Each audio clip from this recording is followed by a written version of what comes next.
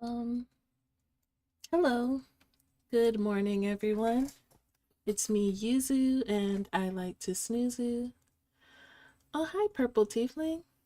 How are you doing?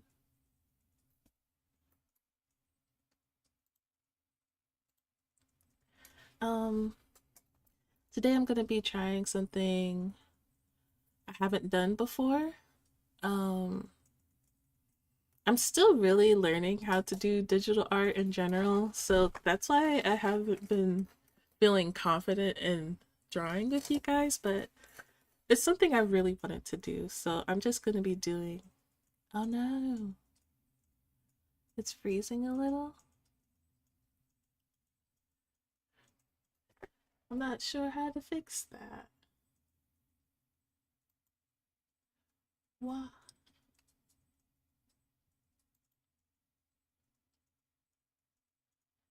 Oh no.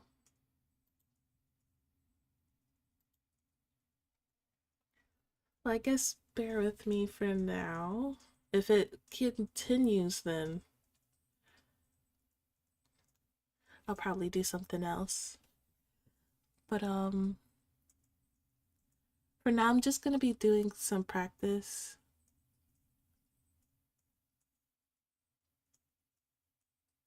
Putting on a jacket now. Okay, okay.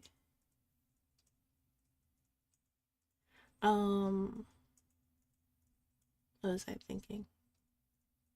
I'm gonna be doing some figure drawings and stuff just to practice. I'm using this website I really like called Line of Action, and it like shows you some uh pretty much whatever you pick. I chose the figure one, and I'm doing like the class route, so it's like it starts you out with some warm-ups and then they slowly get longer or whatever. I'm gonna see how well I'm gonna do with that because I'm super rusty and I just really want to do something creative. Um, Hold on. And also, I have a video up to kind of fill the silence because I normally draw with something on in the background. That's the thing I'm kind of unsure how much I'll get away with, but we'll see. It's a video documentary or a retrospective on Oblivion, the fourth Elder Scrolls game, I believe.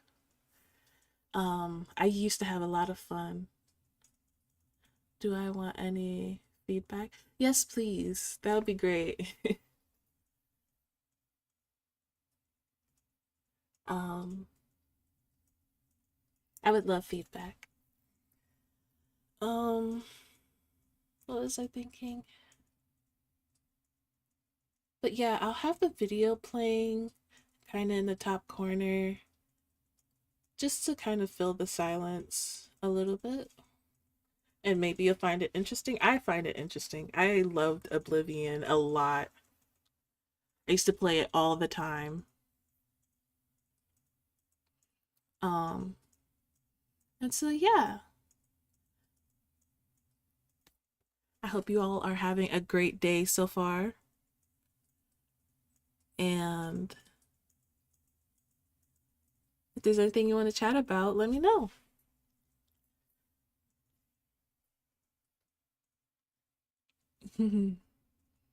Okay. This video is by Shay May, by the way. I'll try to put a link in the bottom after. Uh,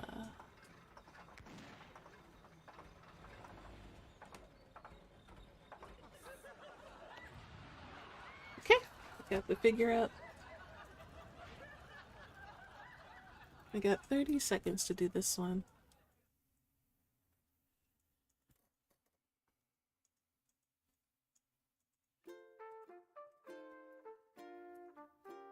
Animal Crossing has always been Mm. interesting. A series of life sims that, through randomly generated daily content, demands a player parcel out some time every day to play them.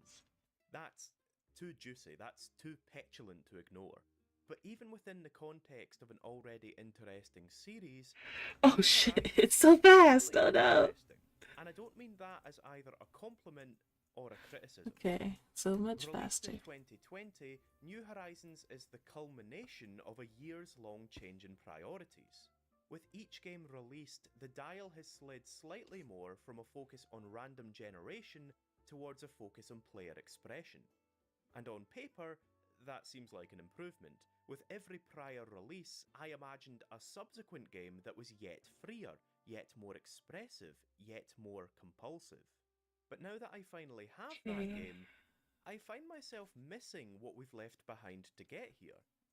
Oh, that's super Is that big. it? Can I make a whole video whining at Nintendo for how indecisive I am? Aye, of course I can, just you watch me. I'll be going through the game day by day as I work towards a 5-star island, and talking about my thoughts as they become relevant. It's kind of an odd format. Usually I would try and come up with some kind of an argument to justify my degree, but this whole video was basically just an excuse to waste so much time in the game anyway, so really, who cares?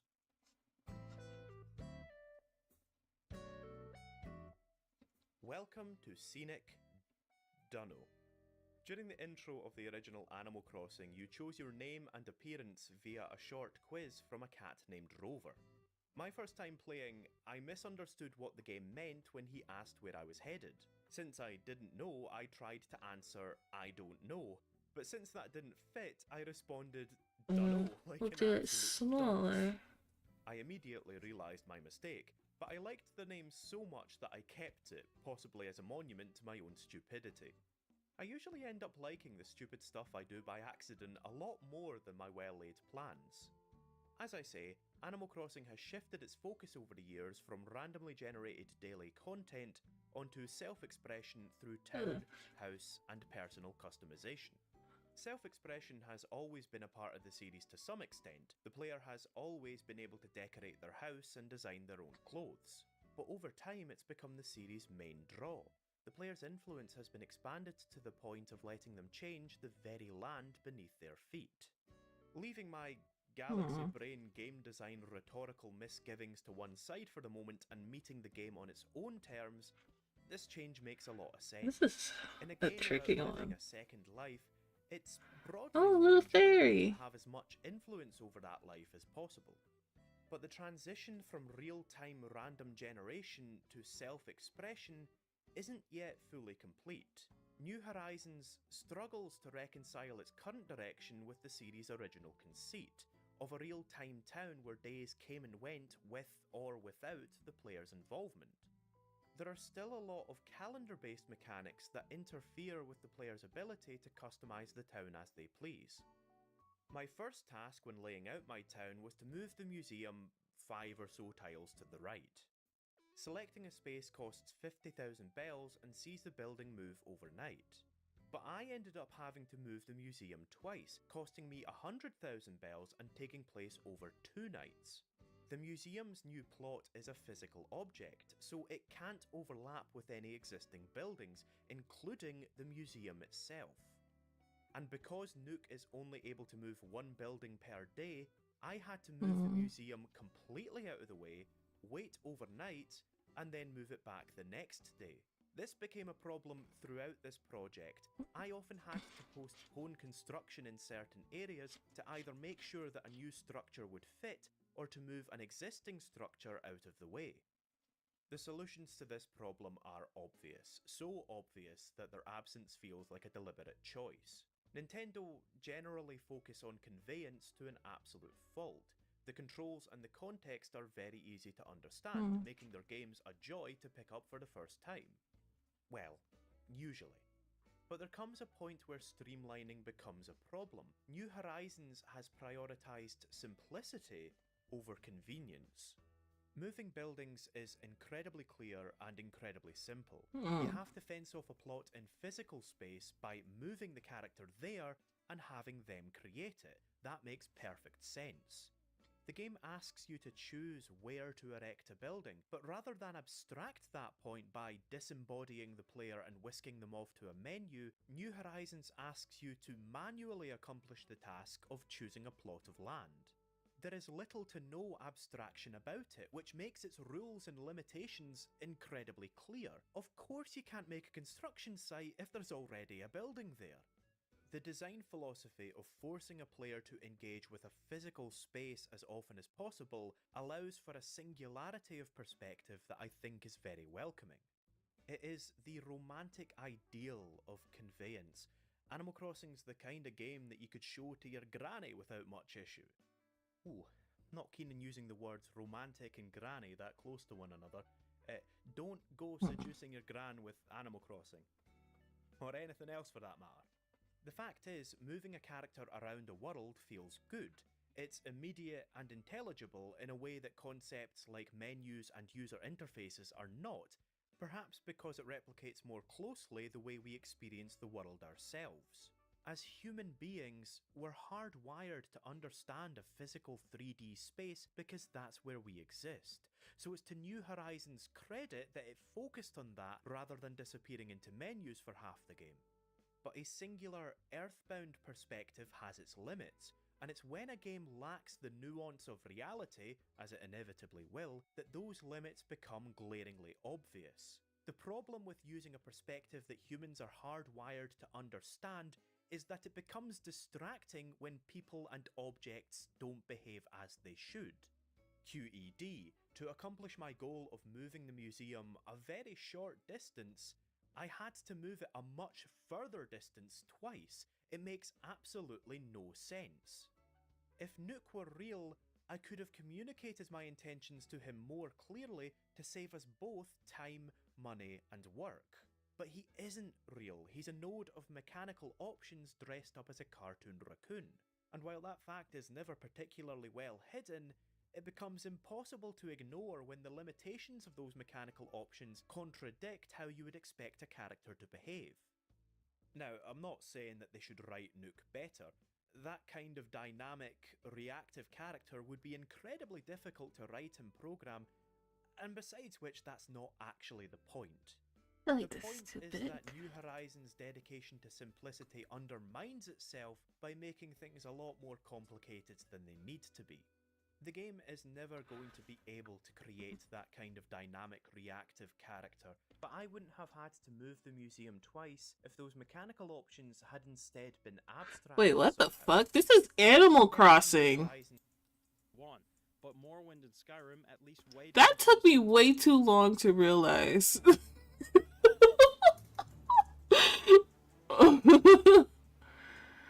Oh, by the way, you might get hit if you stream other people's content like that. Oh, I wasn't sure if that was just music or if it also applied to videos. Oblivion, But enjoy your nap, Purple Tiefling. PC in March of 2006 and PS3 in March of 2007, was the fourth mainline entry in Bethesda Game Studios' role-playing franchise The Elder Scrolls, known for its combination of complete player freedom and massive world. I played Oblivion for the first time shortly after its release, and it proved to be a revelatory experience for 10-year-old me, introducing me to an open-ended style of play and richly detailed world that consumed me for hundreds of hours. After being introduced to the Elder Scrolls, I became equally captivated with Oblivion's predecessor Morrowind and its successor Skyrim, and also Bethesda's Fallout titles, which were made with the same emphasis on freedom and scale. Between Morrowind, Oblivion, and Skyrim is somewhere close to 1,000 hours of my life, and I've naturally developed quite a bit to say about the way the series has evolved, particularly Oblivion's dramatic place in that evolution. And seeing as 2016 marked Oblivion's 10th birthday, I figured now would be the time to let those thoughts out. Before I get started, I figure I may as well issue my first spoiler warning. This video will contain full spoilers for Oblivion's main quest, faction questlines, and several notable side quests, so I would recommend you play the game first before watching, but I'll give a second spoiler warning beforehand. I won't be spoiling anything from Morrowind, Skyrim, or Fallout 3 and 4, however, so if you haven't played those yet, then don't worry. That said, much of this video compares the way Bethesda has handled elements from game to game, so the more Bethesda games you've played, the more you'll get out of this video in general. With that out of the way, let's get started.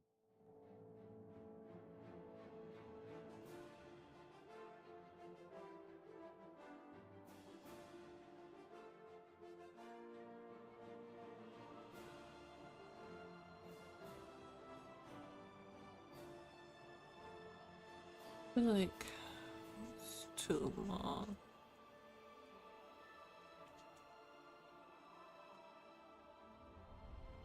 Ah, I am having a hard time with the proportions.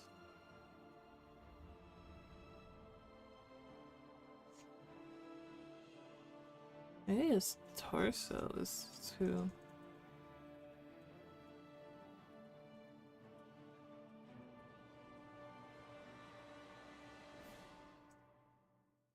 I think that may have been In it. instruction manual, Bethesda said that their goal with the Elder Scrolls series has been creating games that let players, quote, live another life in another world. Or well, And the they've point of a achieved that sketch by is not giving to players erase complete freedom in terms of shit. character creation and action.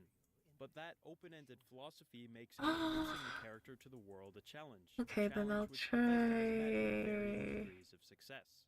If the goal of the game is letting players create and play as shaping any it up character a they bit more. want, the introduction has to be careful not to associate the player's character with a certain moral standing, give away too much information about their past, or present them with an overbearing objective which would conflict with players interested in doing something else. In other words, the intro should be as neutral as possible. That alone would be a challenge, but on top of that, the intro also needs to familiarize the player with the game's mechanics, not just for tutorial purposes, but also for experimentation, letting them see what playstyle they prefer before picking their class. Creating an introduction that covers all those criteria in a neutral way is a tough balancing act, and I'm not sure it's a balance that Bethesda has ever struck. The most immediate problem with every Elder Scrolls intro, with the exception of Daggerfall, is introducing the player as a prisoner. If you want to play as a thief or an assassin, then there's no problem if you start off in a cell. But if you want to play as a noble character, or anybody else really, then starting as a prisoner is obviously contradictory.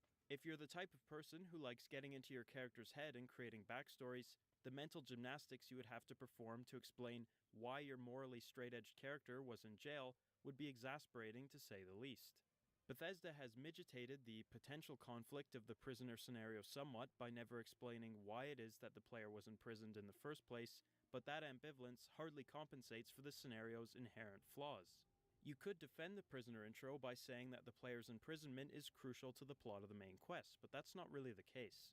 There's no reason why Morrowind's intro couldn't have played out as a standard immigration. Take out a few lines of dialogue that indicate you're a prisoner, and that's basically what it is. Same goes with Skyrim. Take out the executions and modify the dialogue a bit, and you're looking at an immigration. Oblivion is the only game where the prisoner scenario made sense and was required for the events of the main quest to proceed. But as soon as Bethesda wrote a story which mandated that the player be imprisoned at the start, they should have reminded themselves of their live another life in another world motto and tried again without setting up such a conflicting introduction. At this point, I'd imagine Bethesda has approached each Elder Scrolls intro with the player already in prison and worked from there because they want to adhere to tradition.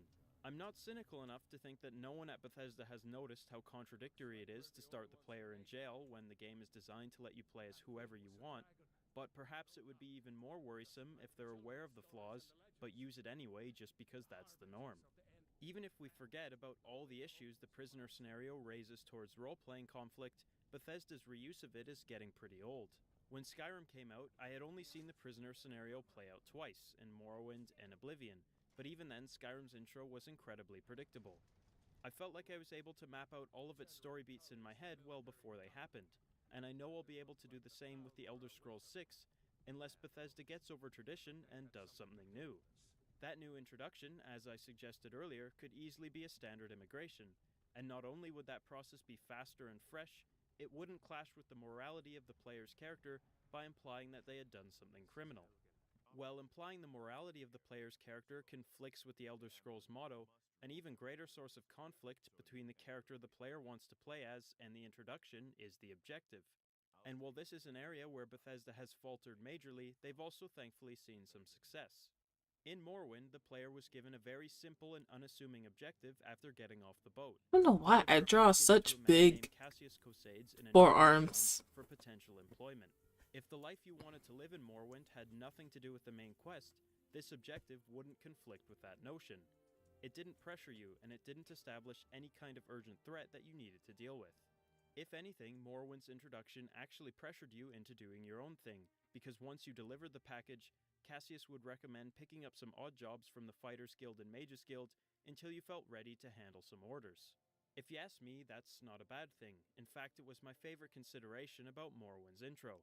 It makes sense that Cassius would want the player to have some experience before working for him. But more than that, the recommendation to work elsewhere for a bit meant that the player would never feel the main quest nag at the back of their mind, even if they were off exploring. Morrowind's intro was so non-intrusive that it actually received its share of criticism in some circles for not grabbing the player's attention. I'd agree that games should try to capture the player's interest as soon as possible, but each player will approach the Elder Scrolls with a different intention of how they want to play. There's so much variability amongst the player base that there's no way to uniformly capture the interest of each player. What one person considers attention-grabbing, another could consider disruptive. And because of that, I believe strongly that an Elder Scrolls intro should be as brief and neutral as possible. Nothing in an Elder Scrolls intro is going to capture the interest of the player as much as stepping out in the world for the first time, so the quicker and less obtrusively the player can get there, the better. Looking at Morrowind again, the walk to Balmora and finding Cassius takes about 15 minutes, so factor in the 10 or so minute introduction, and the player can start the first dungeon crawl of the main quest in well under an hour, which is actually brief in comparison to a lot of other RPGs. For those reasons, I don't feel like the criticisms towards the slow pace and lack of urgency in Morrowind's intro hold much water. They would if Morrowind was a linear, tightly focused RPG, but it's not. Bethesda, on the other hand, took those criticisms about Morrowind's intro very seriously, so they ratcheted up the intensity of Oblivion's intro to 11 to terrible results that flew in the face of the Elder Scrolls motto. As soon as the player finishes customizing their appearance, the Emperor and his bodyguards pass through the player's cell because it happens to be the one containing an escape route from the assassins on his tail. The bodyguards initially tell you not to follow them, but the Emperor has seen you in his dreams and wants you to tag along. For some reason, one of the bodyguards, Boris, doesn't care what the Emperor says because he tells you to wait and demands that you don't follow them. This ends up being a convenient excuse for siphoning the player through a tutorial dungeon after a wall miraculously crumbles away. After completing the dungeon, the player ends up crossing paths with the Emperor again. At the Emperor's request, Boris doesn't kill you, but suddenly he's willing to let you and the Emperor stand alone in a small, enclosed room. Speaking of suddenly, the Emperor then turns to you and essentially says that the Okay, world is about so to be I laid can waste by get. demons, and you're the only one who can stop it. And the only way you can stop it is by taking the Amulet of Kings to the Grandmaster of the Blades. The game then commits one of the worst eye rollers I've ever seen by taking control away from you and putting you in cutscene mode just as an assassin emerges from a trapdoor and kills the Emperor. Boris then runs back in, and despite the fact that the player wasn't able to protect the Emperor, he's perfectly willing to let them hang on to the Amulet of Kings just because the Emperor gave it to them, which is totally absurd. Without the amulet, the world is doomed, so rather than take it to the Blades himself, with the other members as security, he's content to leave it with the prisoner I who don't know, didn't kind even of know why they were in prison or who the Emperor pen to was at the use. start of the game. When you consider how This suspicious sounds that is, really along with the assassins running around, Boris would be better off sending the amulet by textured. carrier pigeon.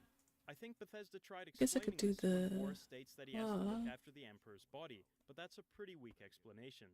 First of all, there's another bodyguard who could have either watched the body or taken the amulet. Second, even if the bodyguard wasn't Why there, am I this Boris should color? have realistically detained the player until the other Blade members could arrive and deliver the amulet themselves. Boris literally hangs the fate of the world in a confused and under-equipped prisoner that he didn't even trust minutes earlier. The moment he tells the player this, You must get the amulet to Joffrey. his character becomes impossible to take seriously.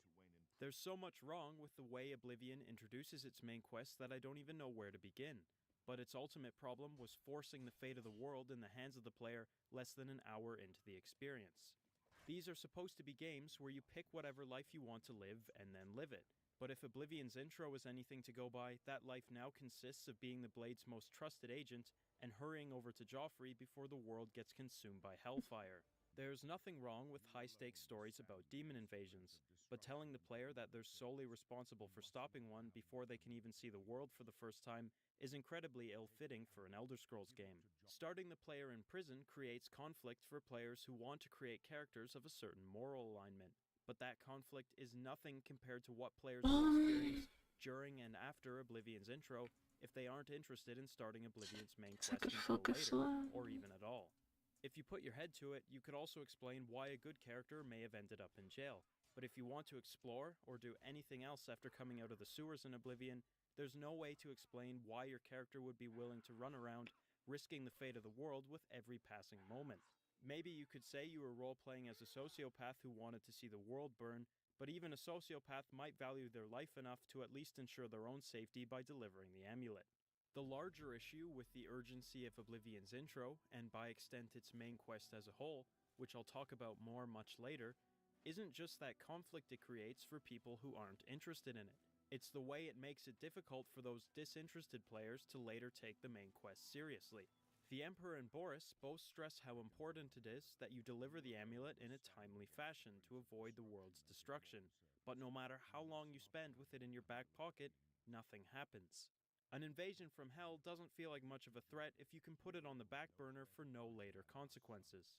The only thing you could say to the credit of Oblivion's intro, other than the fact that it might have captured the attention of someone interested in the main quest, was the pop-up after leaving the sewers, which tells you that you can explore if that's what you want. But that feels like the equivalent of Bethesda putting a band-aid on the stump of a recently severed limb. Even that may be a generous analogy though, because the same pop-up also tells you 2 ways to get to Wayne and Priory and deliver the amulet. But more trouble than that is the obvious discrepancy between Boris and the Emperor telling you that you have to save the world as fast as possible, and then an omnipotent message telling you 5 minutes later that you actually don't have to. Another issue with Oblivion's introduction is its heavy-handed and unnecessary use of prophecy. Being a prophetic figure is familiar territory for the Elder Scrolls, and both Morrowind and Skyrim saw the player acting as a chosen one, similar to the way the player in Oblivion appears in the Emperor's dreams. The difference is that being the chosen one in Morrowind and Skyrim was critical to the plot, whereas in Oblivion it just serves as an excuse for the Emperor to trust the player, and after that there's no mention of the player's prophetic status ever again. Admittedly, it's important for the Emperor to trust the player. Without that trust, Oblivion would be a prisoner simulator, but Oblivion's use of prophecy feels lazy, and as we'll see later, works against one of the greatest strengths of the main quest. The bigger problem with Oblivion's use of prophecy is how it's revealed to the player minutes into the game. It's bad enough that the player's told they have to hurry and save the world after leaving the sewers, but it's made even worse when they're also told that they've been bound to that objective by fate. I've never been a fan of the way the Elder Scrolls games have used prophecy, because I don't think being a chosen one is in line with the philosophy of being whoever you want, but Morrowind and Skyrim at least waited until a certain point in the main quest to reveal the player's status as a chosen one. That is, if you were somehow out of tune with Skyrim's marketing and managed to avoid Bethesda's constant mentions that the player was Dragonborn. By introducing the player's role in prophecy later, Morrowind and Skyrim didn't conflict with that notion of being whoever you wanted like Oblivion. As a whole, Skyrim's intro wasn't perfect, but it was a huge improvement over Oblivion's. After completing the tutorial, Bethesda gave you an objective, but it didn't shove it down your throat. You were simply told to head to Riverwood for supplies and rest, which made sense logically and didn't pressure anybody who wasn't interested in the main quest. Skyrim's intro wasn't afraid of demoing the conflict of its main quest to players, but at least it never told you that you were responsible for stopping that conflict. I'd love to look at Skyrim and say that Bethesda learned from their mistakes with the presentation of the main quest in Oblivion's intro, but sadly I'm not sure I can. Both Fallout 3 and Fallout 4 gave the player the objective of searching for their father and son respectively before they left the tutorial. Telling players that one of their closest loved ones is in danger in the first hour of the game is just as contradictory to the open-ended nature of Fallout 3 and 4 as telling them that they have to save the world from demons, maybe even worse. I suppose the counter-argument here is that Fallout isn't the Elder Scrolls, and giving the player a personally urgent objective is fine. It's true that Fallout isn't the Elder Scrolls, but Bethesda would be kidding themselves if they said that their Fallout games weren't built on the philosophy of living another life in a post-apocalyptic, retro-futuristic world. All told, I'd say Oblivion's intro is the worst Bethesda has ever designed because of how badly it contradicts with that philosophy of living another life, how contrived its story plays out, and how it existed in the state it did just to appeal to a minority of gamers who complained about Morrowind's intro without realizing why it was great in the first place.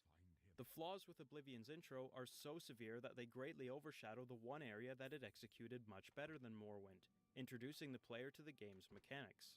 I'm generally not a fan of forced tutorials in games, but The Elder Scrolls has always gotten a pass for me because they've given players a chance to experiment with, and understand, different playstyles before permanently choosing one when picking their class. And that's one process Morrowind got completely backwards. The first thing the player does in Morrowind after customizing their appearance is pick their class, before they would even know how to swing a sword, cast a spell, or enter sneak mode. It's not uncommon for an RPG to throw the player into class selection at the outset, in some cases faster than Morrowind, but class selection is an extremely restrictive decision in the Elder Scrolls, oftentimes more than other games.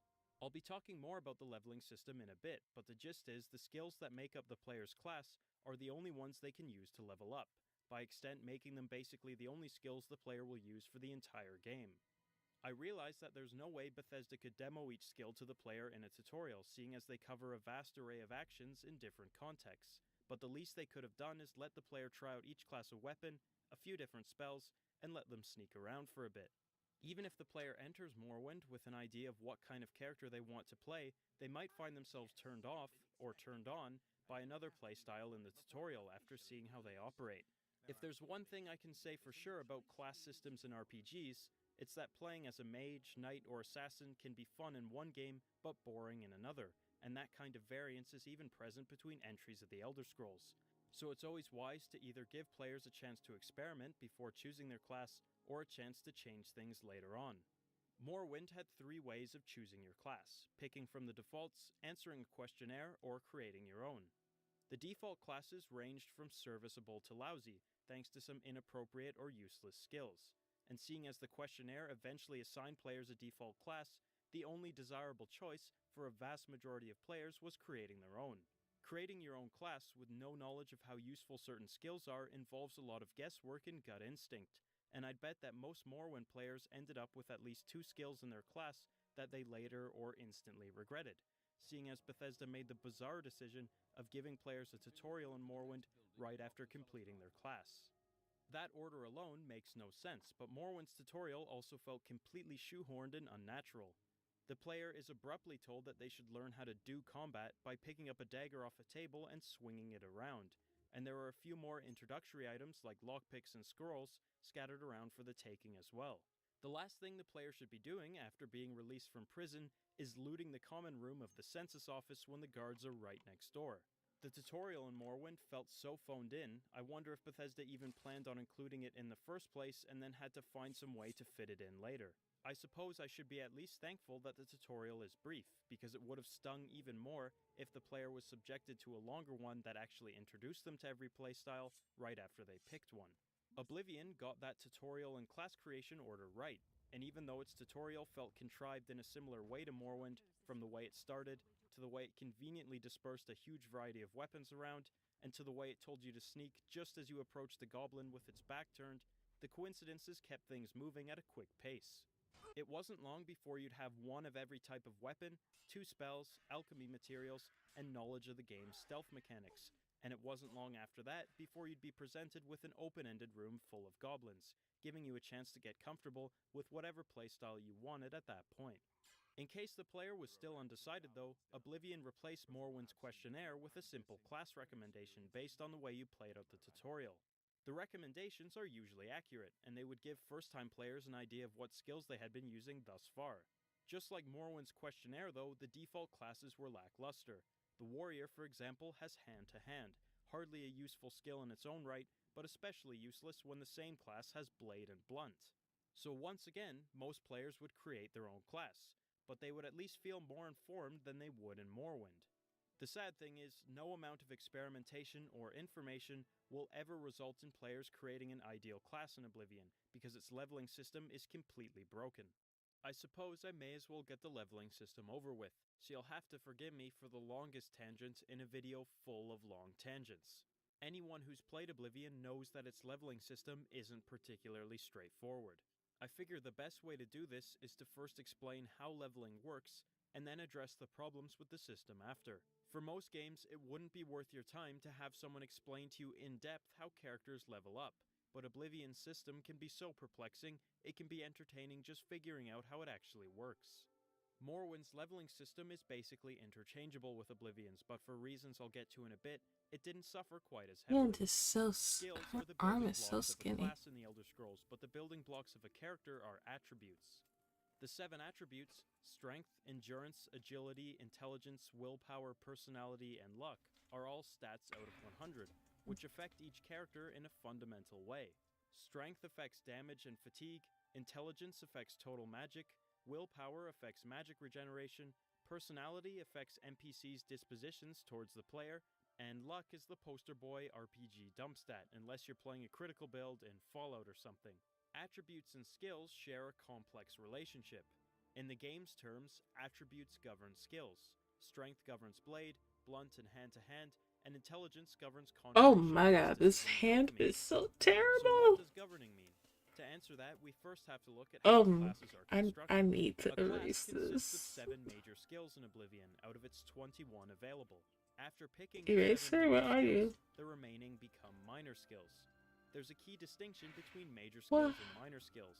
Major skills are the only ones that affect the player's leveling. To level up in Oblivion, the player needs 10 increases in their major skills, and those increases can be in any combination. 10 increases in one skill, 5 increases in one and 5 in another, and so on. That was Already, terrible. the leveling system has established an inverse relationship between skills and leveling compared to other RPGs. In other games, the player will increase their skills using skill points awarded to them after reaching an experience point threshold and leveling up. In the Elder Scrolls, skill increases are what cause the player to level up, not the other way around. But what makes the Elder Scrolls system more interesting, and dare I say genius, is that there are no experience points. Skills increase through use, not some kind of allocated skill point. If you swing your sword and hit something, you've effectively increased your blade skill. Hit enough things and the skill will gain a level. Having skills increase through use is a fantastic idea, because it's the same way our skills increase in real life, through gradual practice. In most RPGs, the increase process is sudden. The player will level up and then suddenly become more proficient at everything they do. But the increase through use system isn't just a realism concern. It adds a welcome layer of depth to the gameplay because you can level up however you want. You can gain an entire level in Oblivion without killing anything, just as fast, sometimes faster, as someone who would kill things. You can make potions, talk to people, sell things, sneak past things, put a rubber band around your analog This stick looks and so swim into a well terrible. for 3 hours. It's a leveling system which is able to progress warriors okay. and pacifist alchemists in equal measure, and the layer of realism it adds doesn't hurt either. In fact, it's those minor realism concerns that Bethesda accounts for which make the Elder Scrolls games as immersive as they are, but that's provided those realistic features don't result in something unpleasant. Sadly, unpleasantness was the exact result of the increase through use system in Oblivion, before Bethesda was able to execute the idea well in Skyrim, but I'm getting ahead of myself. If there aren't any experience points and skills increase through use, the question then is, what is rewarded to the player after leveling up? And this question also answers the one that I posed earlier. What does Bethesda mean by attributes govern skills? Leveling up gives you a chance to increase 3 of your attributes by 1 point, but there's a lot more to the process than that. 1 point may not sound like a lot, and that's because it isn't, but this is where bonuses and governing come into play. Let's say you have blade, blunt, and hand-to-hand as major skills. Those 3 skills are governed by strength, and governing determines what bonuses you receive during your level up. If all 10 of your skill increases in a level come from blade, blunt, or hand-to-hand, you would receive a +5 bonus, the maximum, for your strength attribute. That's because every skill increase contributes a half point towards the bonus to the attribute that governs that skill. So, if you leveled up a strength governed skill, those being blade, blunt, and hand-to-hand, only twice in one level, your strength attribute would have a bonus of 1. 4 times, it would have a bonus of 2, but 3 times and it would still have a bonus of 1 because the game rounds down from decimals. In this sense, I feel like it would be more technically correct to say that skills govern attributes, not the other way around, because it's the player's skill usage which determines how much their attributes will increase. After selecting the attributes they want to increase and acquiring any bonuses, if applicable, the player has fully leveled up in Oblivion. Now that I've explained it, you might be wondering what's actually broken, and I wouldn't blame you, because technically speaking, the leveling system is broken extrinsically. Scaling is really the broken system and the root of the problem, a problem that lies with the bonuses. The bonuses aren't really bonuses. I, and many others I'm sure, think of bonuses as a complement to something that was already satisfying, but a 1-point increase in an attribute isn't satisfying at all. Attributes affect far more important factors than skills, like health and damage, and increasing 3 attributes by 1 point each level is a wholly insignificant reward for leveling up. So it's important that the player is acquiring optimal bonuses, ideally ones of +4 and above. The problem is, once you consider scaling, which I'll get to in a moment, high bonuses no longer become bonuses, they become a requirement, but high bonuses are almost impossible to obtain through regular play. That's because it takes only 10 major skill increases to level up. Attribute bonuses are calculated in a logical way. If you use skills that are governed by strength a lot, your strength attribute will increase more. This rewards players for creating a cohesive class, where if you stick primarily to one skill set, you'll be rewarded with greater attribute points. The problem is each attribute is only affected by 3 skills, and each class in Oblivion requires 7. Meaning each class is going to have a skill set which affects at least 2 attributes, in most cases more. That wouldn't be a problem if it wasn't for the fact that it takes only 10 major skill increases to level up, a limit which makes it nearly impossible to consistently obtain good bonuses. Let's look at the character I made for this playthrough, for example. My major skills could be classified as follows: 2 that affect strength, those being blade and blunt, 3 that affect endurance, armor, block, and heavy armor, 1 that affects speed, athletics, and 1 that affects willpower, restoration. With the exception of restoration, which was a more valuable throwaway than my other options like hand-to-hand or illusion, my character was built as a typical warrior, the same type of character that many other gamers would have created. Let's say I enter a dungeon. I enter it with 0 major skill increases since leveling up, giving me 10 available. Through the course of the dungeon, my blade increases 3 times, my blunt increases 2 times, my armor increases 3 times, my block increases once, and my heavy armor increases once. Those 10 increases would be achieved through completely normal play. I'd be hitting things with swords and maces, and blocking, taking, and repairing hits from those things as well. In other words, there'd be no way to avoid those 10 skill increases other than running past every single enemy. Within those 10 increases, 5 would affect strength and 5 would affect endurance. Remembering the way bonuses are calculated, that would leave me with a suboptimal bonus of +2 for the attributes that my character was built on. In other words, leaving me with a suboptimal bonus for playing my character in the way he was intended to be played, dealing and taking damage up close. And that's simply because 10 skills to level up doesn't give enough space for the skills to develop optimal bonuses. Even getting a bonus of +3 in both attributes through normal play would be impossible for my character, because getting 6 increases in strength and endurance skills would obviously require 12 increases. I could deliberately level just my strength skills to get an optimal bonus by removing my armor, shield, and refusing to repair any of my equipment myself, but that bonus wouldn't be worth the sacrifices made to my equally important endurance attribute. Increasing the level up limit to 20 would have easily allowed each class to grow enough each level to earn optimal bonuses. You could say that they're bonuses which shouldn't be earned without extra effort, but because of scaling, that's not the case. Every single enemy in Oblivion scales according to the player's strengths. At low levels, the player will only encounter rats, scamps, imps, and so on. At around level 10, those scamps and imps will turn to minotaurs, and at level 20, those minotaurs will turn into ogres. And keep in mind this applies to just about every class of enemy in the game. Let's put aside why Bethesda did this for a moment and just look at the ways it affects leveling. Enemies scale with the player not based on stats, but on level. And as we know, not every level in Oblivion is equal. A level with only +2 bonuses and a level with +5 bonuses don't have a hugely different effect taken on their own, but the suboptimal or optimal bonuses quickly add up if that's what the player has been consistently acquiring. You can have 2 characters at level 10, one significantly weaker and one stronger thanks to the bonuses. The biggest problem with Oblivion's leveling system was its restrictive 10 skill increase limit, preventing players from achieving optimal bonuses if they created a class that they intended on using. The root of all of Oblivion's leveling woes, then, is that Bethesda decided to scale enemies according to players who had been acquiring optimal bonuses, which, at the risk of sounding like a broken record, are practically impossible for players to acquire consistently through normal play. So I suppose at the end of the day you could point the finger at balance issues. I'd bet that most players' worst memories of Oblivion resulted from those balancing problems, because the consequences of having consistently suboptimal bonuses when scaling kicks in can be disastrous.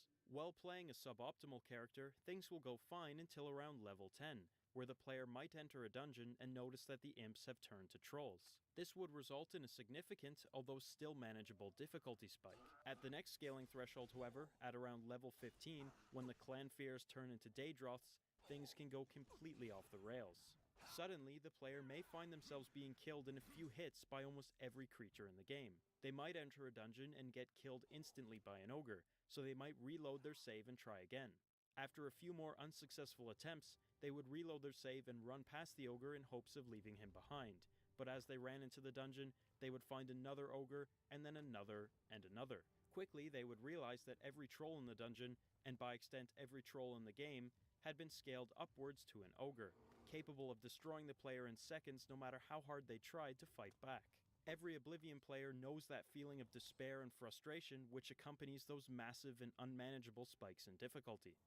That's the key point. The player isn't getting squashed by the new enemies because they aren't capable. They're getting squashed simply because of the fundamental imbalance between their stats and the new enemy's stats, the latter of which seem to be balanced with optimal players in mind. Even after hitting level 20, where the enemies stop scaling into stronger variants, the existing enemies continue to scale. Those ogres, for example, have health and attack power that scales upwards according to the player's level. This is footage from my level 51 character with all major skills maxed out and an endurance of strength of roughly 100, who's also using the most powerful sword in the game. He's more or less the strongest character possible without fortifying attributes beyond their limit. As you can see, this ogre is still an obscene damage sponge, because his health is calculated by 26 times my level minus 3, added on top of the minimum health pool of all ogres, giving each ogre in the game 1,654 health. To put that in perspective, a massive endgame health pool for the player is around 500, meaning in the late game, Oh a lord, regular that enemy looked has more than 3 terrible. times the health of a character with about as much health as you're going to get. So if the enemies scale into forms far more powerful than the player, because the player is going to be inherently underpowered due to massive balance issues, how is Oblivion even playable at all? The difficulty slider. One of the most complex mechanical catastrophes in all of gaming can be effectively circumvented by just giving the difficulty slider a nudge towards the easy side every time the player levels past 10, and that reduced difficulty would stand in for the lack of optimal bonuses. The existence of the difficulty slider doesn't make the leveling and scaling any less broken, because no game should require that the player has to turn down the difficulty as they progress. Sometimes I wonder if Bethesda only became aware of the issues with leveling and scaling late in development, upon which they lacked the time to correct them. Other times I wonder if they were aware from the start, but used the difficulty slider as a crutch to keep Oblivion from collapsing into itself as the player progressed. That should have hopefully illustrated why no amount of experimentation will help Oblivion players create an ideal class. If anything, experimenting and finding the class you want to play as is actually the worst case scenario, and will consistently result in suboptimal bonuses. The best case scenario is to do the reverse. Create a class you don't even plan on using. Metagaming can mean a lot of different things in a lot of different contexts, but you'd be hard-pressed to find a metagame more meta than efficient leveling, the term used by fans to describe the optimal way of leveling a character in Oblivion. Efficient leveling revolves around one key distinction that I purposely didn't mention earlier. Minor skills also contribute to attribute bonuses. That fact might initially seem to overwrite everything I've said about high bonuses being unobtainable, but that's not the case. By the time the player finds out that minor skills contribute to the bonuses, the damage has already been done. They've already created a class with all the major skills that they plan on using. That's of course provided they would want to efficiently level in the first place, which they probably wouldn't once they found out what it entails. Spamming. Spamming spells, potions, you name it. To efficiently level, you create a class consisting of 7 major skills that you don't plan on using, preferably skills whose increase rate can be easily controlled, like heavy armor. You then play the game by using whatever minor skills you want, and every level you increase them by 10, giving you a +5 bonus in that attribute. You could theoretically get a +5 bonus in each attribute, not just the ones important to your playstyle. After getting 10 increases in whatever you wanted, you would then level up a major skill 10 times, maybe by casting a conjuration spell in a corner for 30 minutes. And just like that, you would have at least 3 guaranteed +5 bonuses. Just in case that wasn't clear, the most advantageous way to build your character in Oblivion is to create a class you don't plan on using, and then use another, and then briefly go back to using the class that you didn't plan on using. If that's not a sign that scaling was broken in Oblivion, then I don't know what is. It wasn't just the relationship between scaling and leveling that made scaling one of Oblivion's worst features, however. I'd argue that scaling was a bad idea in and of itself for an Elder Scrolls game, but I'd also argue that it was a bad idea that was made far worse thanks to its terrible execution in Oblivion. Morrowind had no scaling of any kind. At first, having fixed enemy placements doesn't seem like the best idea for an Elder Scrolls game. Many people play them in the first place for open-ended exploration, and constantly hitting roadblocks of higher level enemies in some areas would be uncharacteristically restrictive. Even though some areas were harder than others for new characters though, the majority of Morrowind was still accessible for exploration at low levels. That's because Bethesda made the smart decision of localizing most of the tough, high-level enemies within or around the dungeons. This meant that most of the areas were still accessible, but the dungeons and their respective quests often weren't, making the scaled enemies less of a constraint than they would have been otherwise. Bethesda didn't think that their approach with Morrowind worked, however, because as I've said, every enemy in Oblivion scales with the player, and just in terms of concept, I'm not convinced scaling was a good idea. Morrowind's fixed enemies added tension and reward to dungeon and to a lesser extent overworld exploration. Heading into a dungeon, the player would never be sure how strong the inhabitants were, creating a tense atmosphere, whereas with scaling, the player would have the reassurance that the enemies would be as strong as themselves. On the flip side, Morrowind let players experience that classic RPG satisfaction when they could go back and kill enemies that once gave them trouble. That tension and satisfaction that comes from leveling is part of the DNA of RPGs, which is lost in Oblivion, Hey because all the guys, weak enemies disappear. Keep in mind, these are issues with the I have a built-in short break and I'm getting a phone call, so I'll be right back.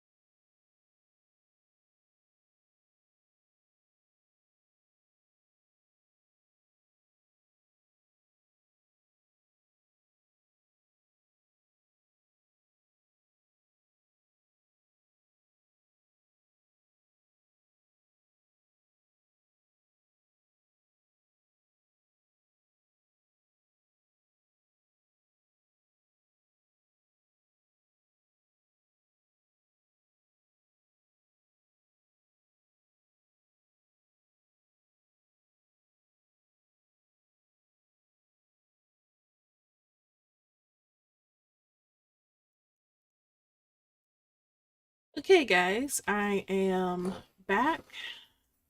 I needed to rest a bit extra longer because my back was hurting. It still hurts.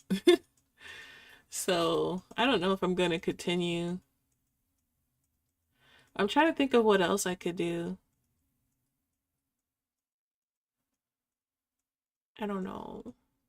Well, I did almost all of it, but this last one's like 35 minutes.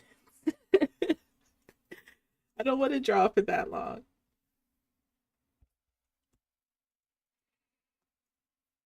So, how long have I been streaming? Oh, barely an hour. I want to do something else. Maybe we'll play a bit of Nikke instead, because I can kind of do that comfortably. So let me get that set up and we will do a bit of that.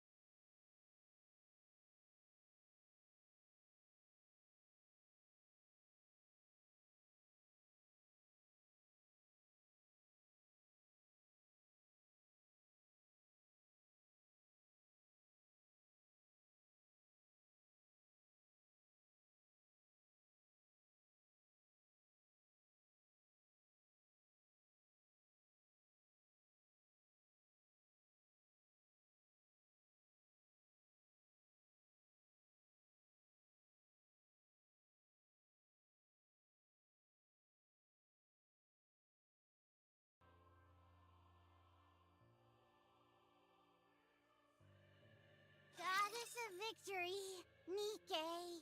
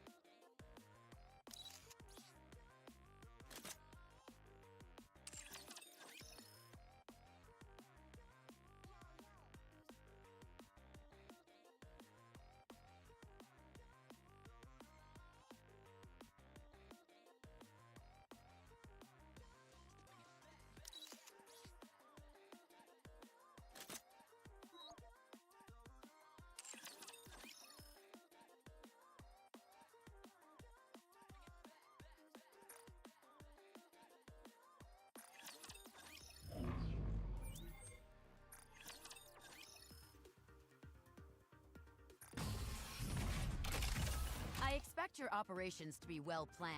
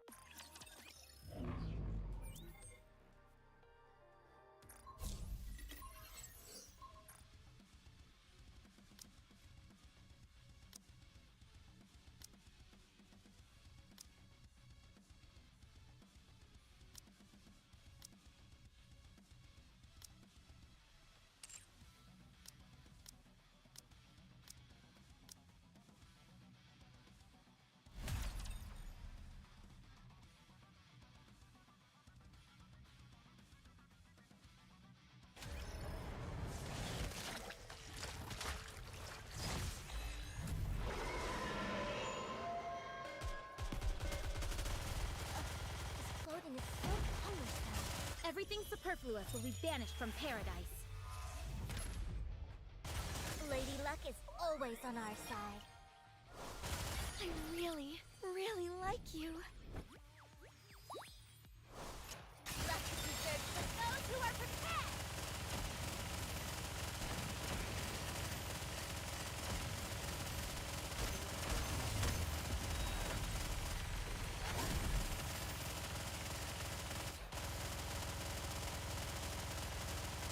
Everything, lady. It's showtime with Noir and Blanc.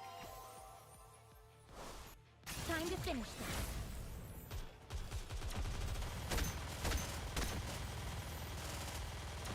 Open up and say ah, Commander! Everything, Lady Luck is Time to always on finish. our side.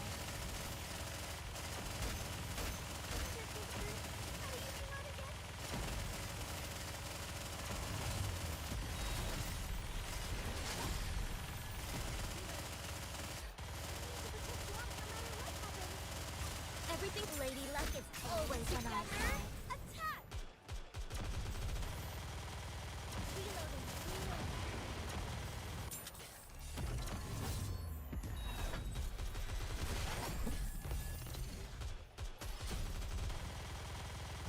everything, Lady Luck is always on our side. Jackpot! Oops, I got too excited.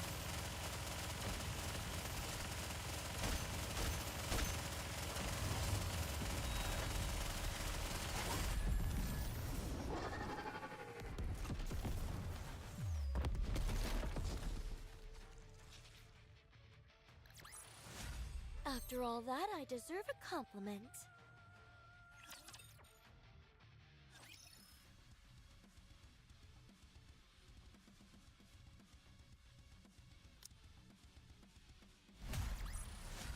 Now it's hot spring time.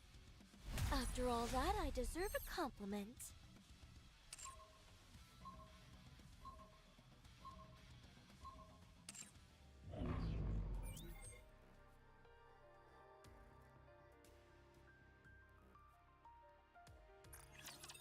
Bonjour! Welcome to l'Arena, the finest entertainment the Ark has to offer.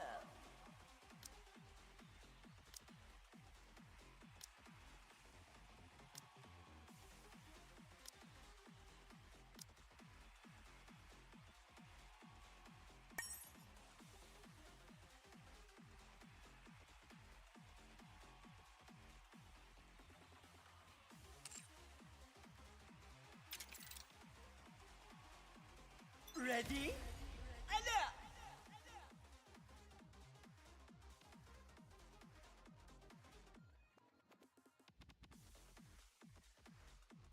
Destroy.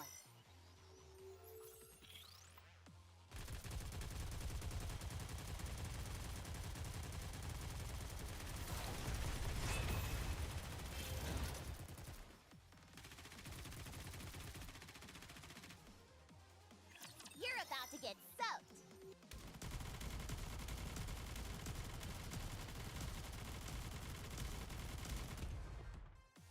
Let's have some fun! Reloading. Interesting. A little more. I can do this. Everyone, make some noise! May victory be ours. Everyone will have a blast in Wonderland! How long can you stand the hail of those?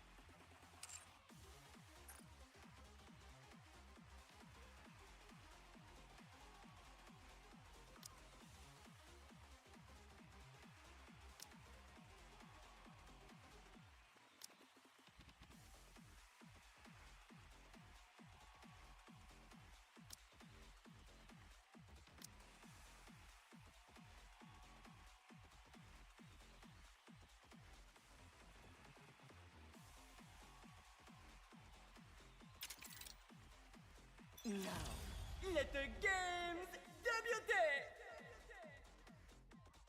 Time to get serious.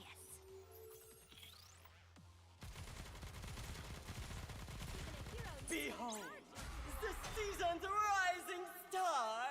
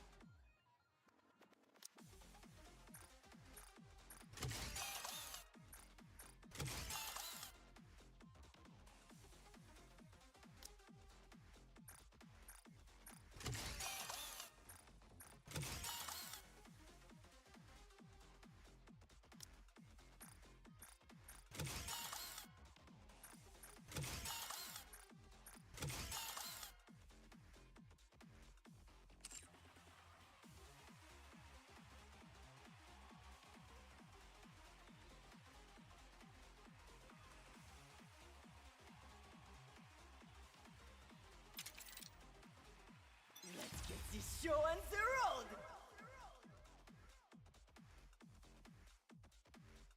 Those who walk the path of the righteous will be shown no quarter.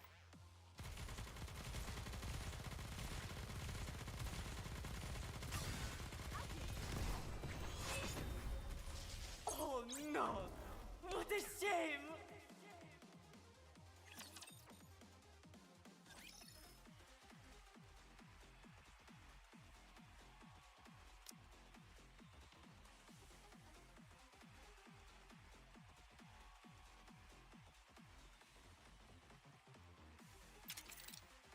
Let's get this show on the road!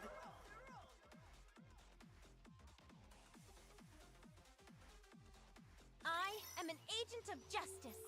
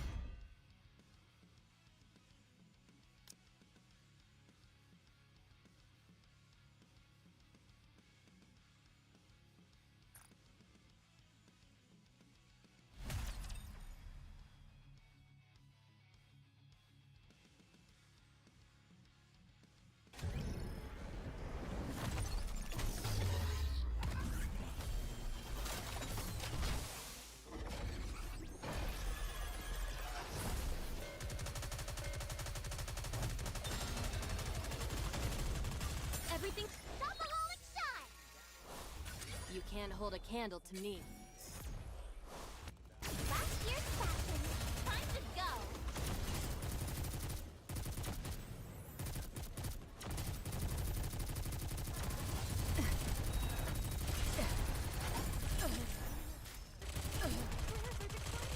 Everything. Stop! Max power! Go! Please guide us all to the light!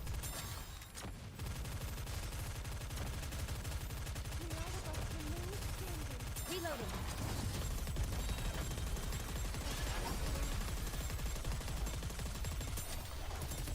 Everything. Stopaholic going all out.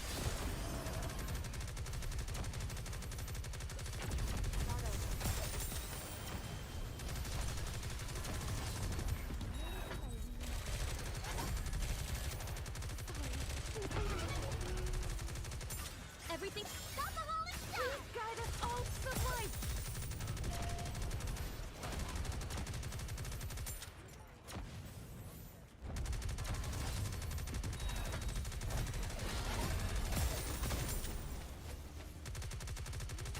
Everything. Stopaholic shot! Please guide us all to the light!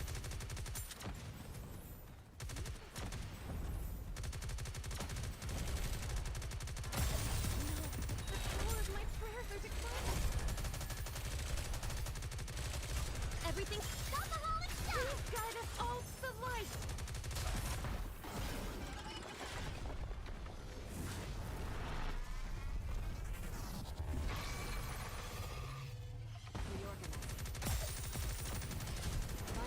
May all of us remain standing.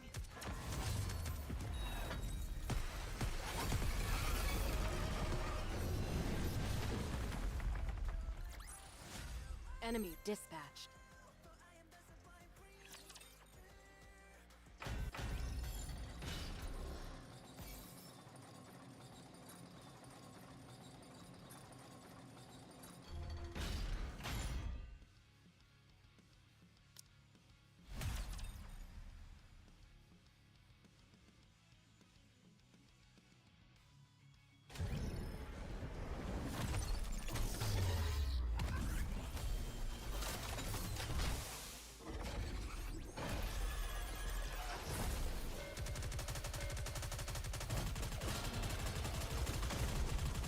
Everything. Stopaholic shot! Time to finish.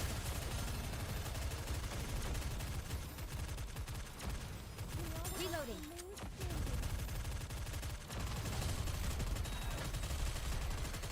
This may take more time than I thought. Everything. Stopaholic shot! Time to finish this.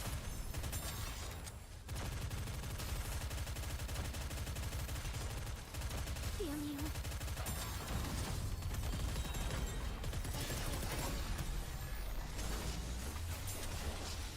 Everything. Stopaholic shot! How long can you withstand the hail of bullets?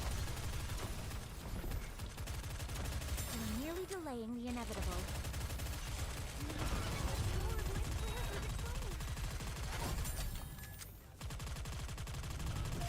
The Garden of Shangri-La. No pain or despair. Stopaholic shot! Please guide us all to the light.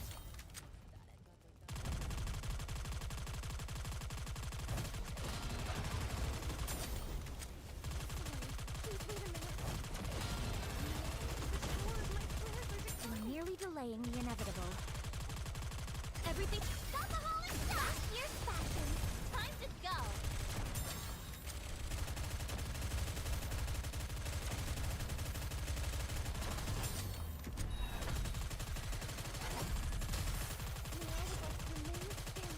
This means everything.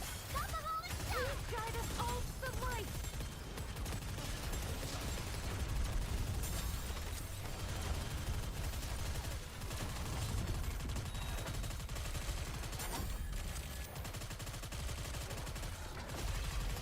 Everything. Stopaholic shot! Last year's fashion. Time to go.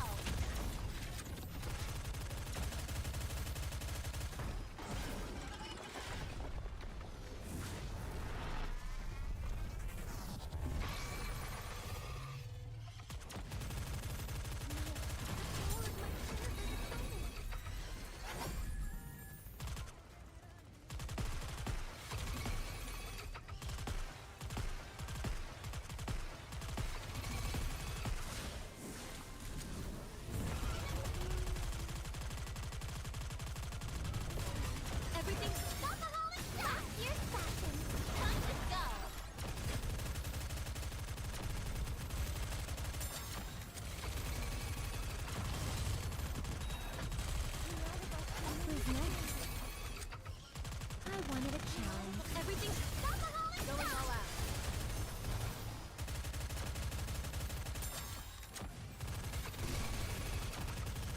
No, the power of my prayers is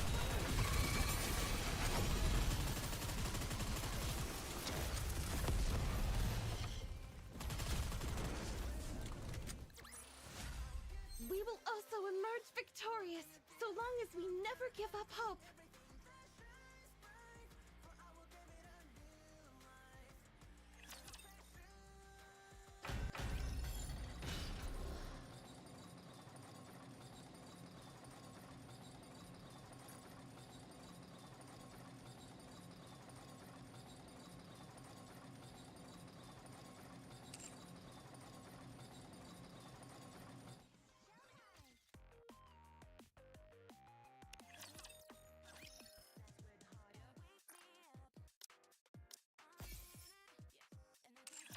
Matisse, get your butt over here! I'll build you everything you need. Thank you. Come again if you need anything. Hope you put it to good use. Thank you. Looks like we've got company. Looking to get something on the up and up? Then you've come to the right place. I see you're a man of taste. Have fun shopping! Another successful transaction. Doesn't it feel great spending money? Thank you for coming! Doesn't it feel great spending money?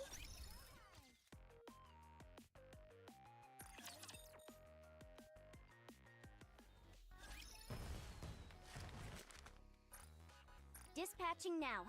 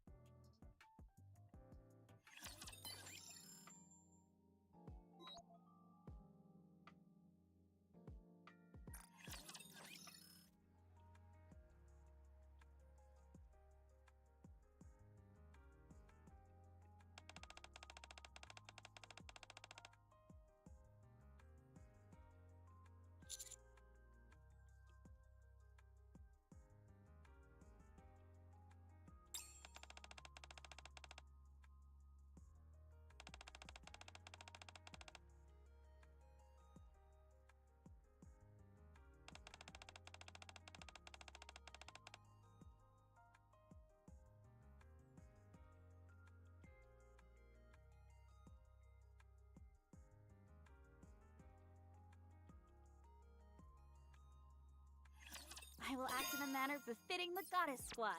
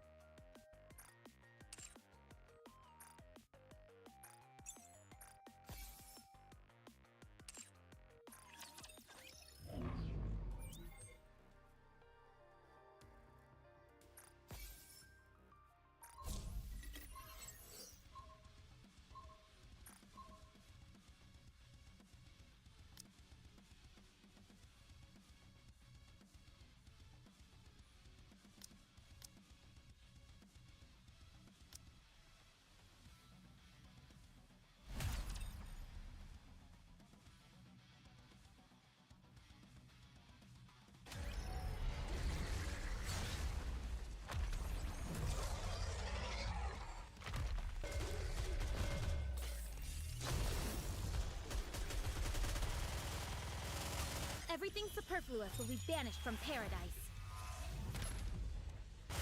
Lady Luck is always on our side. I really, really like you. Jackpot! Whoops, I got too excited. Reloading.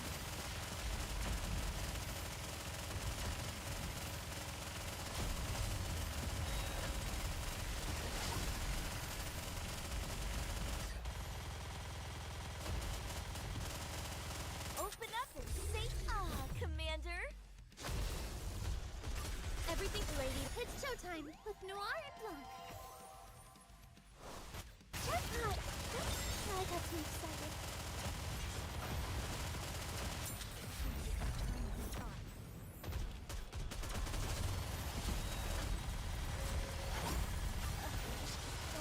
So cumbersome. Everything, Lady Luck is oh. You can't hold a candle to me. Time to finish this. You are so cute, Commander.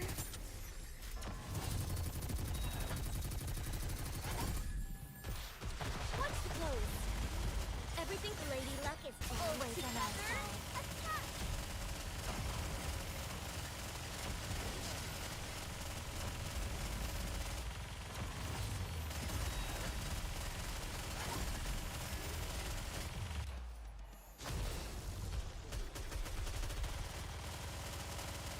Everything Lady Luck is always on our side.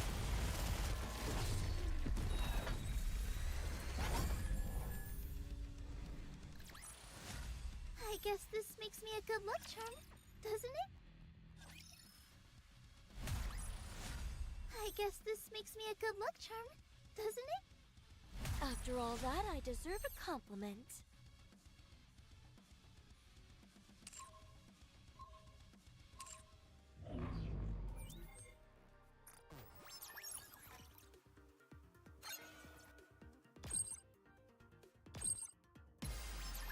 Third simulation begins! Wake me up when the battle is over. The simulation room feels rather stuffy. I'd love to head outside.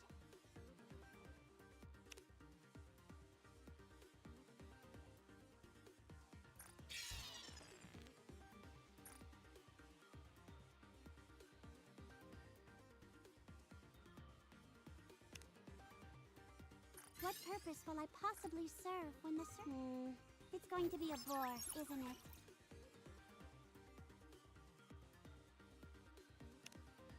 What purpose will I possibly serve when the surface is recaptured?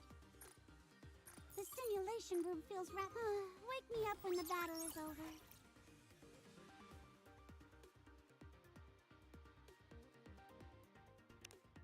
The last battle is right around the corner. Make sure you're prepared. It's the final battle. Wake me up when the battle is over.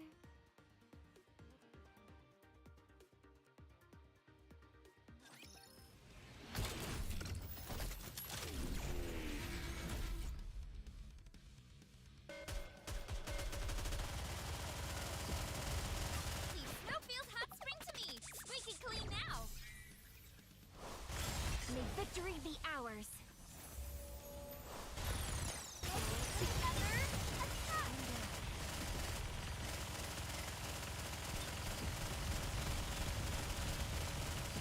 Watch the clothes.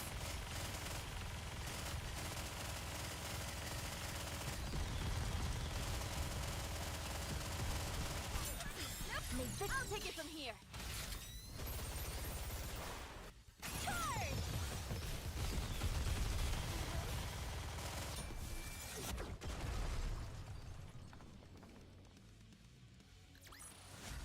After all that, I deserve a compliment.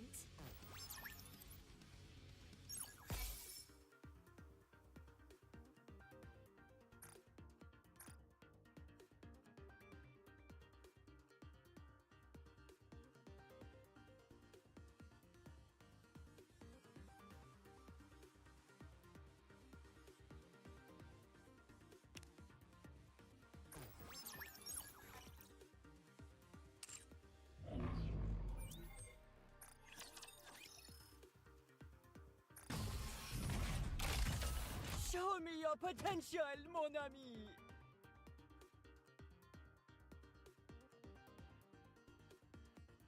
Now, let the simulation débute! Hey, Rabbity! Let's have some fun!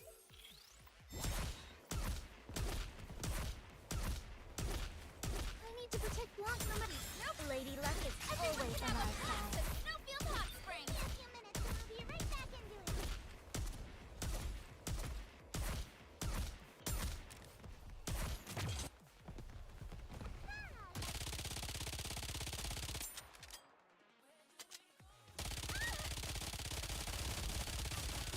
Lady. Everyone will have a blast in Wonderland! Everyone can have a blast at Snowfield Hot Spring.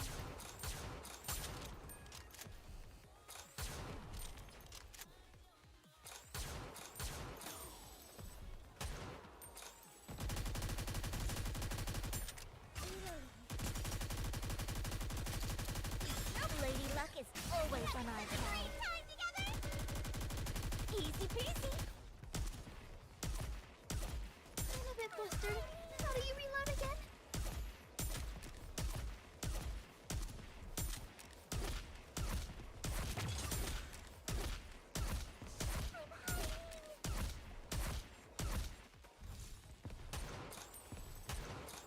I'm hiding. Lady Luck is always on our side. Time to go. Yeah.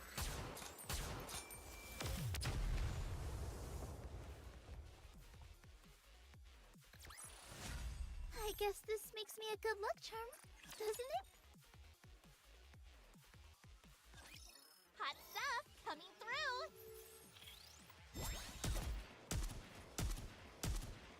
Give me a few minutes and I'll be right back into it. I'm a bit flustered. How do you reload again? Lady Luck is always on our side. Snowfield Hot Spring. To protect Blanc no matter what happens.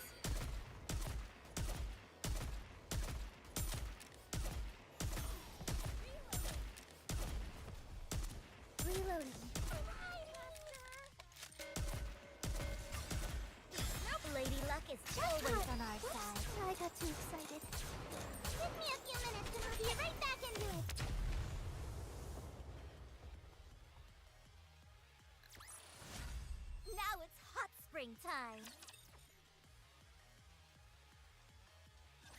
Let's finish this fast so we can have a party.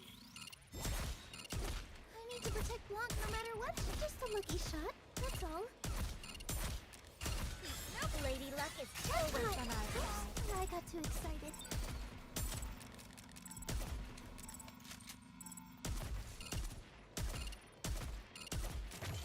I'm hiding!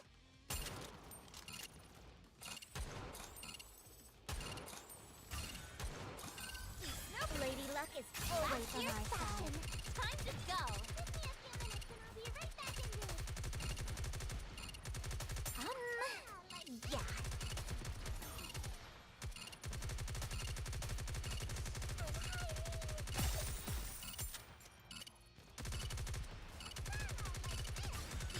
Lady Luck is always on our side. Time together? Give me a few minutes and I'll be right back into it.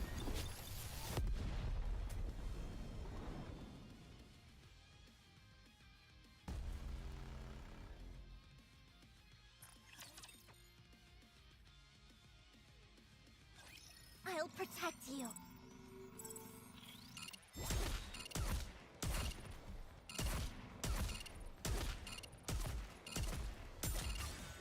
Lady Luck is always on our side. I got too excited.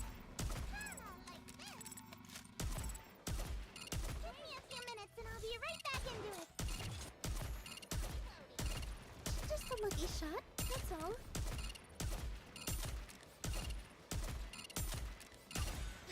Lady Luck is always on our side. Snowfield Hot Spring.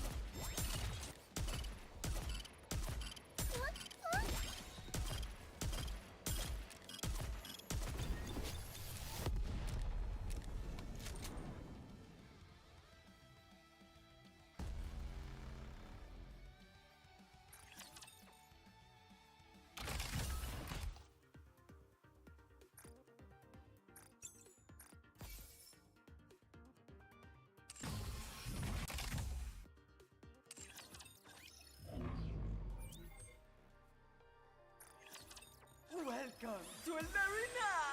We have a star in our midst.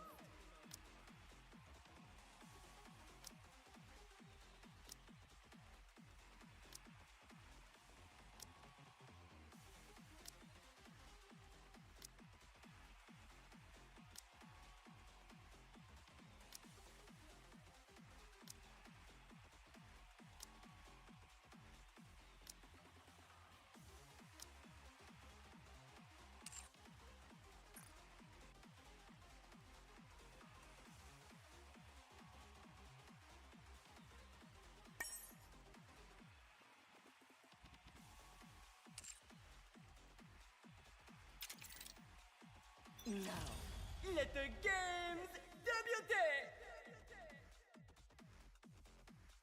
I hope nobody gets hurt.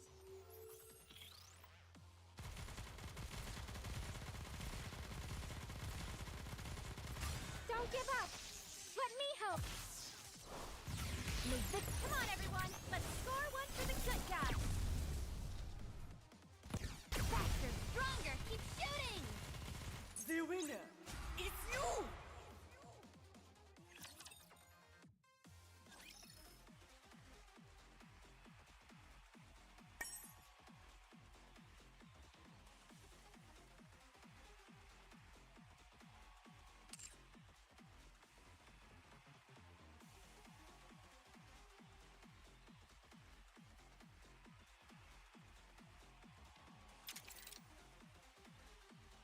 Ready? Alert! We can win.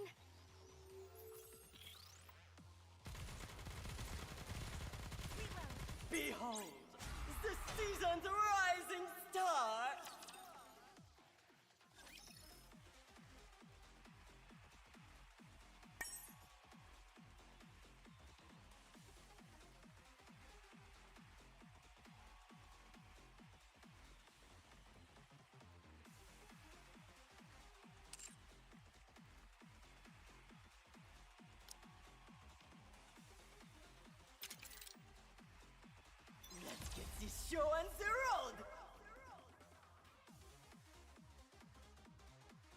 Just calm down and give it another shot.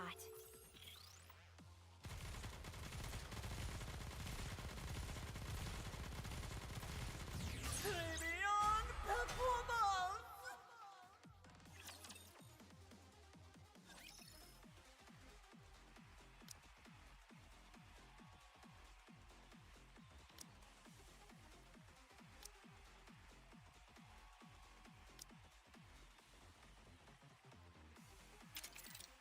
Now, let the games debut!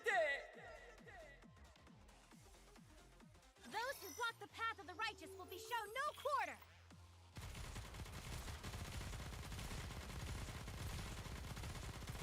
Oblivion performance!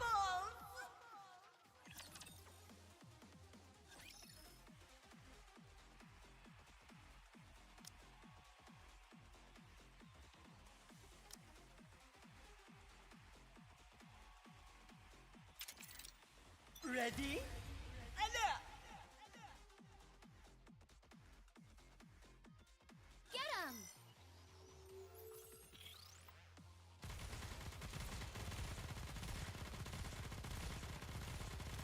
Don't give up!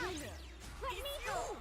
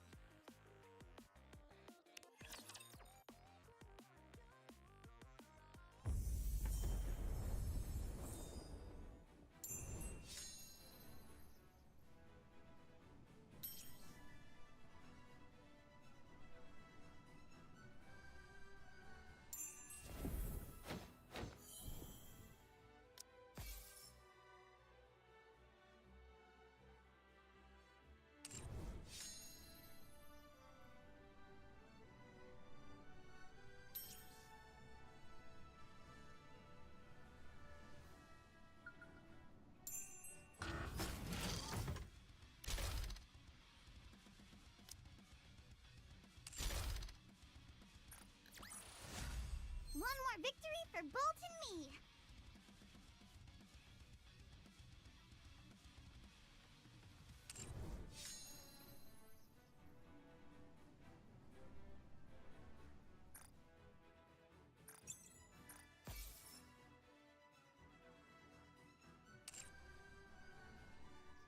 Oh right, not there.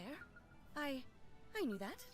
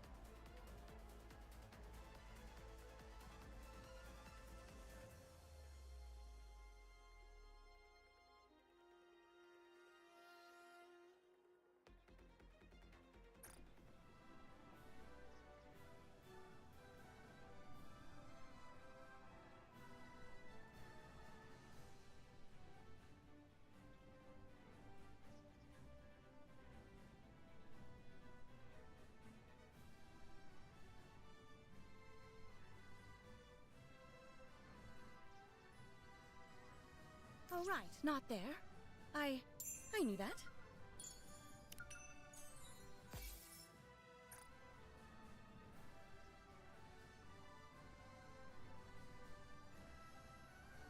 Oh right. Not there. I knew that.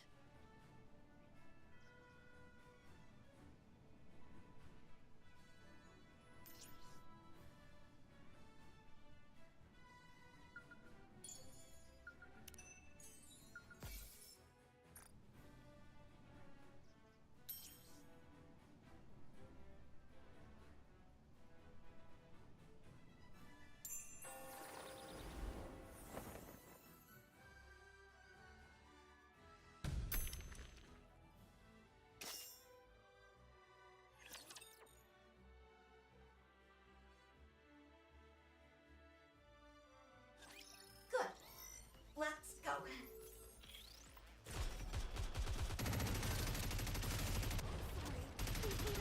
Talos, initiate self-repair.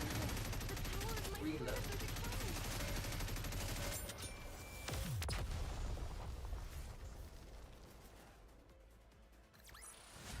Combat ended. We have won. Talos, you did well.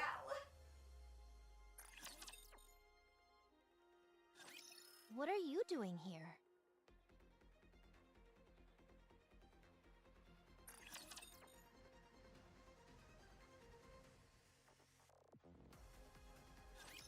I want this to be over quickly so I can go play with Mihara.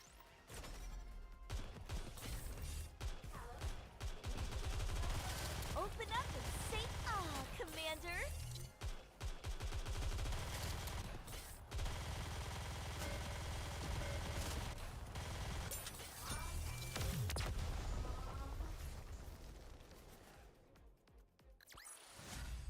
We will also emerge victorious, so long as we never give up hope. Is there anyone else in the castle besides you?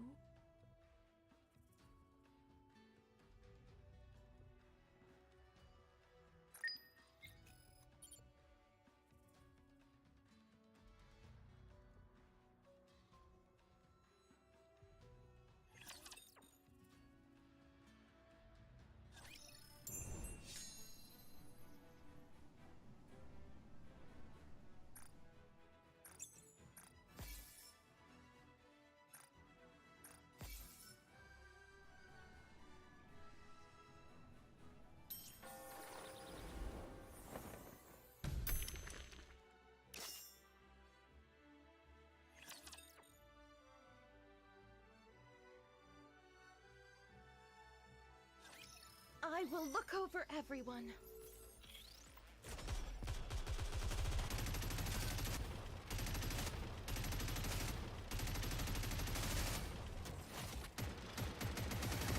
Please wait a minute.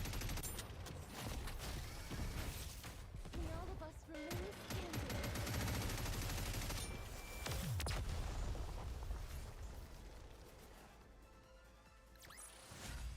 I shall grant you victory, Your Grace. What do you intend to do, Crown?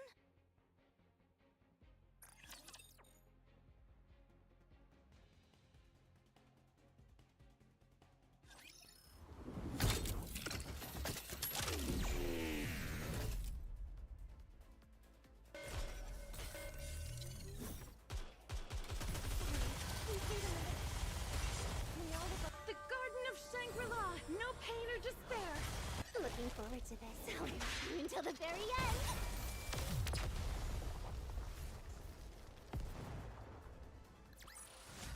It would have been nice to play around with them for a bit longer.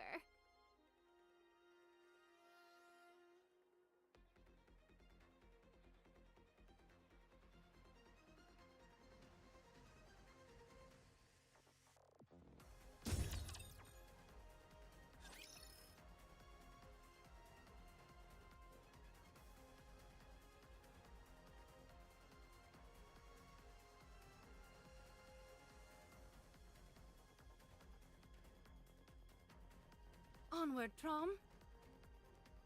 With greater haste.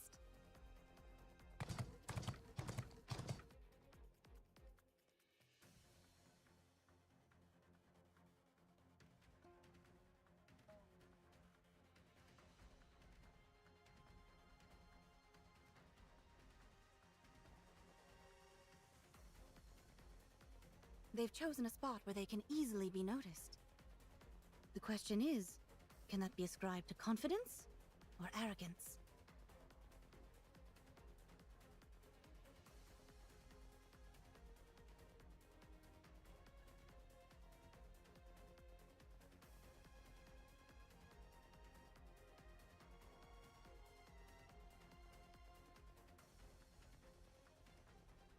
I knew she would come.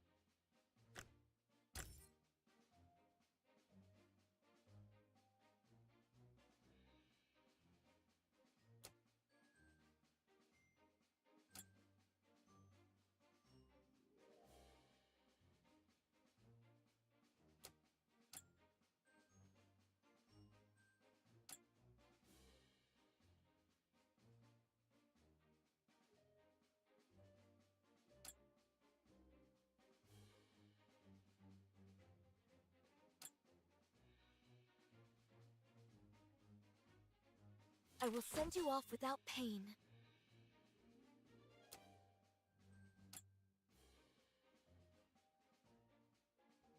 Have faith.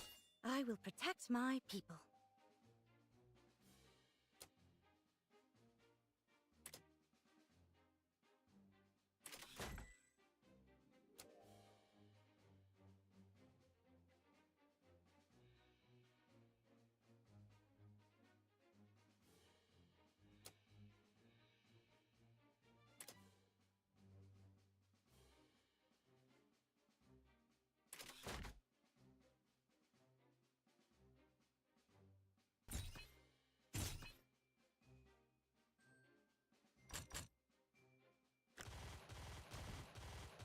Giddy up, Trom. Down with those who would threaten the kingdom.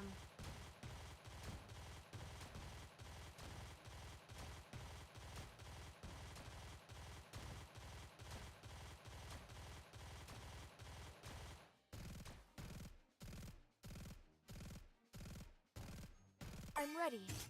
Return to where you belong.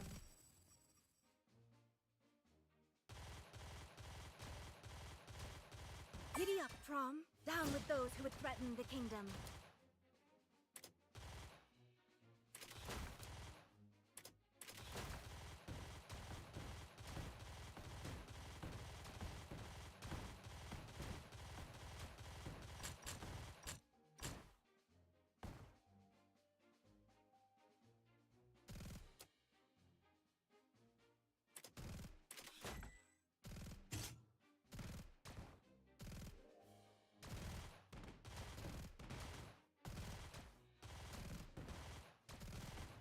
Giddy up, Prom. Down with those who would threaten the kingdom. Yes? What is it?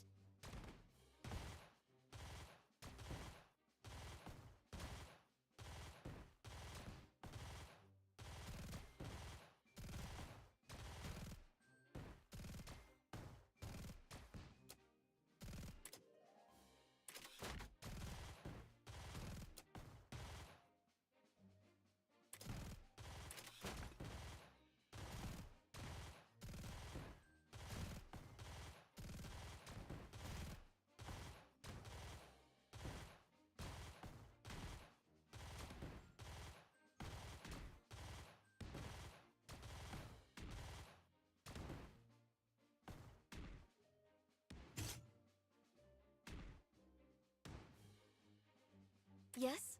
What is it? Thanks to you, I'll be able to keep going.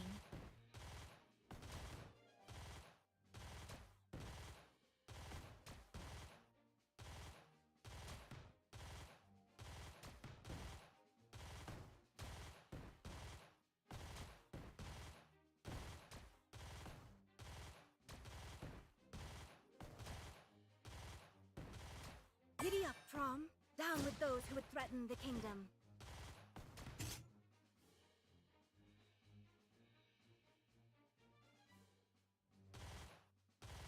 Did you call? I've gotten stronger, like a child going through adultery. Adolescence, is it? I knew that.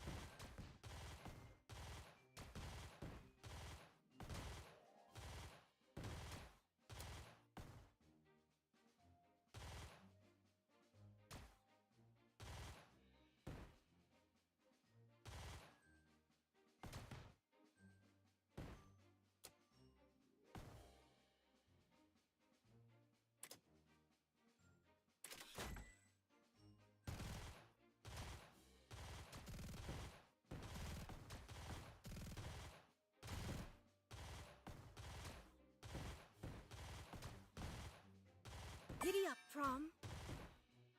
Down with those who would threaten the kingdom.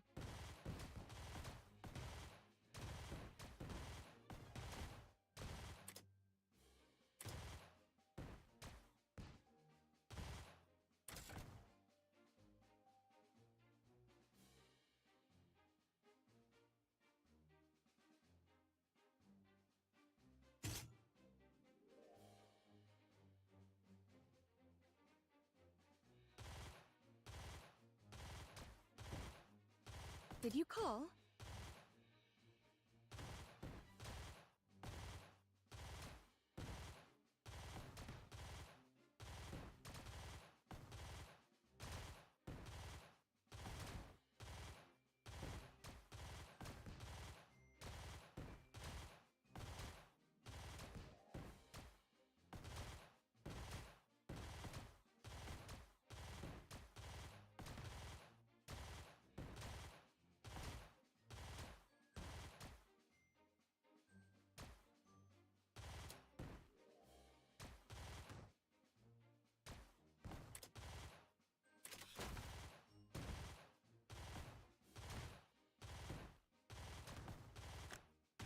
Giddy up, Prom. Down with those who would threaten the kingdom.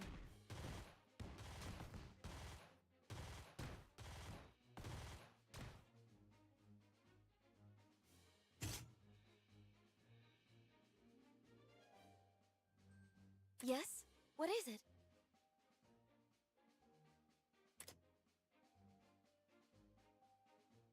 won't disappoint you.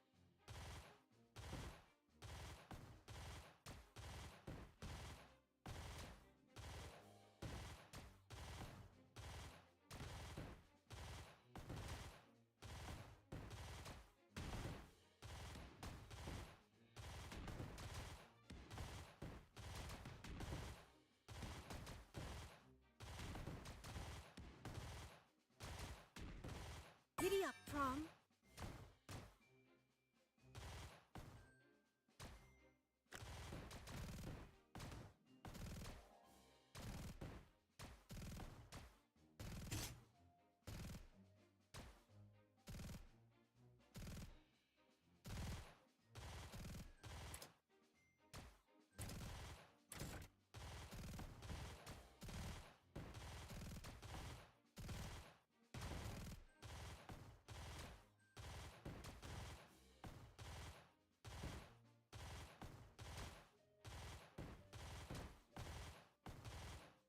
Giddy up, Prom. Down with those who would threaten the kingdom. I'm ready. Return to where you belong.